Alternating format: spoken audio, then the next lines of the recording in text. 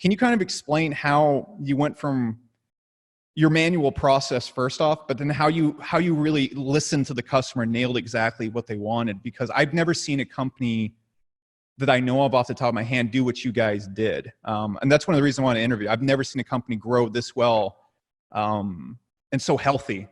Right. And it's only done by really listening to the customer. And so what was kind of your process to listen to the customer and choosing what to develop?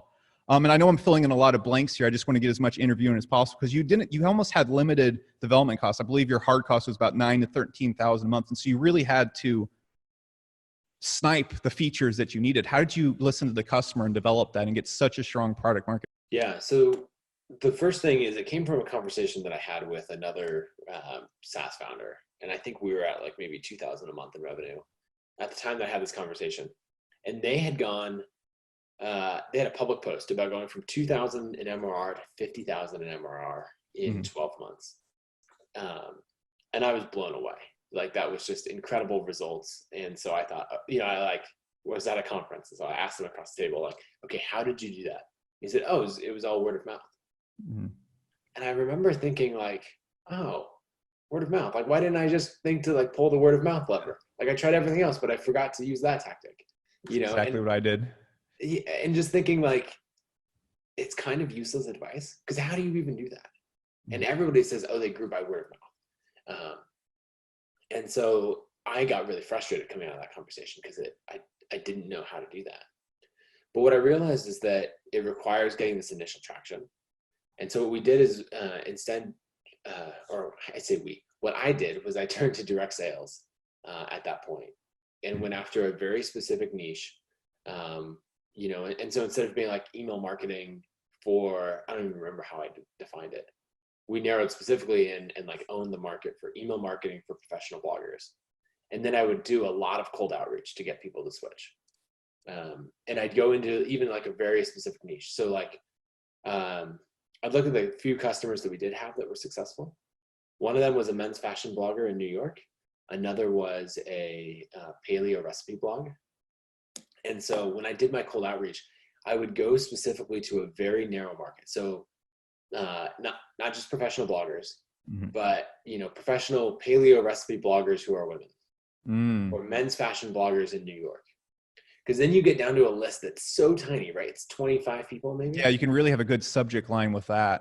Yeah, and I can reach out to them. And then when I name drop who's using ConvertKit, so the email would look like this,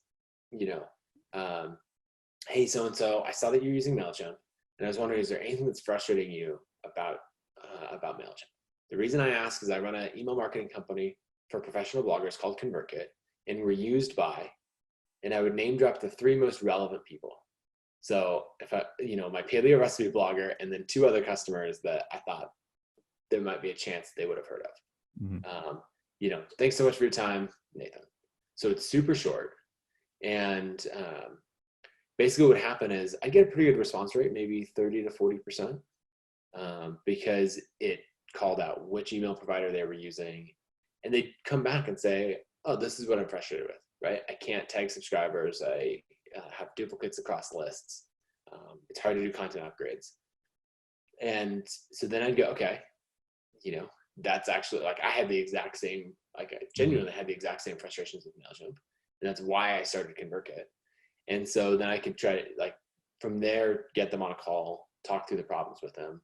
And then probably the most important thing is they would say like, okay, this is great. I love it. Oh, but actually I'm not going to switch. It's too much work.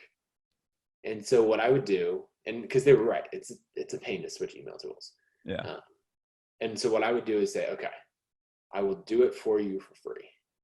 So, in order to get $50 in MRR, $100 in MRR, I would get access to their site.